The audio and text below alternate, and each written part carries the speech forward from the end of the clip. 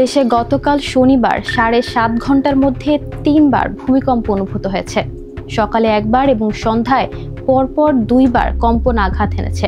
এই ঘন ঘন ভূমিকম্প সাধারণ মানুষের মধ্যে উদ্বেগ সৃষ্টি করেছে। ভূমিকম্প কখন হবে তা কেউ জানে না, তবে সচেতন থাকলে বিপদ এড়িয়ে যাওয়া সম্ভব।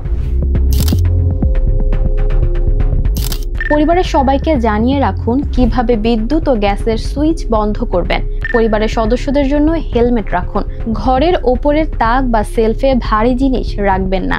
বাড়ি নির্মাণের সময় সরকারি বিল্ডিং কোড মেনে চলুন। পাশের বাড়ি থেকে নিরাপদ দূরত্ব বজায় রাখুন। নিরাপদভাবে গ্যাস ও বিদ্যুৎ লাইনের ব্যবস্থা করুন।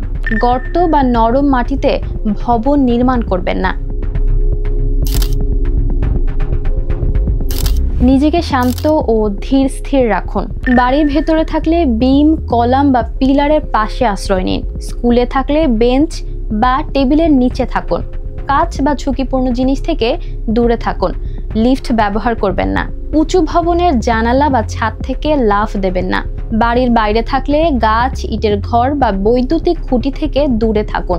গাড়িতে থাকলে সেতু বা বিদ্যুতের খুঁটি থেকে দূরে গাড়ি থামান এবং কম্পন শেষ না হওয়া পর্যন্ত গাড়ির ভেতরেই থাকুন।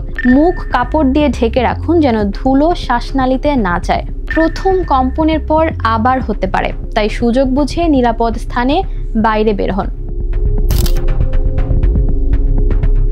ক্ষতিগ্রস্ত ভবন থেকে ধীরস্থিরভাবে বের হন। রেডিও বা টেলিভিশন থেকে জরুরি নির্দেশনাবলী শুনুন।